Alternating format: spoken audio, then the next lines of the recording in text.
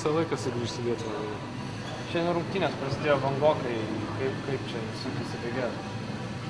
Vis dėlto nedaug iš karto po čempionato nuvažiavom, po porą treniruočių per dieną, kad susižaisti tuos derinius, išmokau gal kažkiek, kad kojos nutokios, antroje pusėje daugiau įsivažiavom.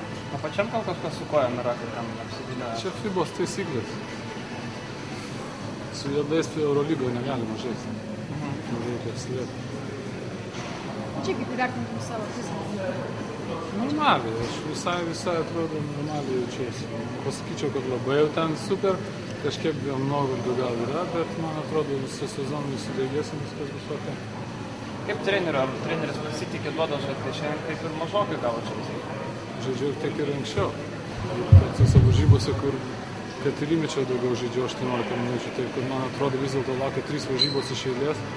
Dabar ypač antroje pusėje matėsi, kad mūsų varžybos turėjom tą ir persvarą, taip kad nereikia per daug gal ten išnaudoti, kad 30 minučių visi žaistų.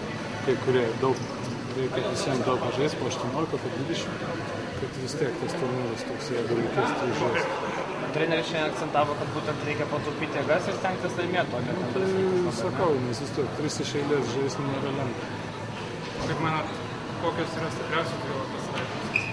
Stipriausias. Labai daug žaidėjų, kurie bet kurią dieną gali. Nėra tokio vienintelio, kuris ten, sakykime, kiekvienas varžybos po 20, nes vieną dieną vienas, kitą dieną kitas. Labai daug žaidėjų tokių, kurie bet kurias varžybos gali išsivyti. Tai konkurencija didelė komanda?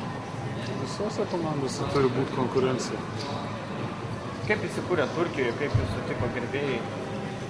Dar po kokios namuose nežaidėm, abidvi draugiškos varžybos buvo uždaros. Fanų nedaug buvo, bet šiaip labai gerai įsikūrė. Šiltas oras, geras, treniruočių salė arti namų, viskas ok.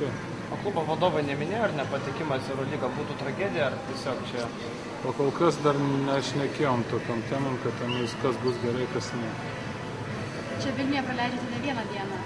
Kėlė daugiau, gal yra kažkokių planų susijusių ne su krepšiniu? Nelabai yra kada. Šiandien žaidžiam, rytoj vėl žaidžiam, šiandien atvažiavo mama su sesė, gal pasimatysim ir viskas.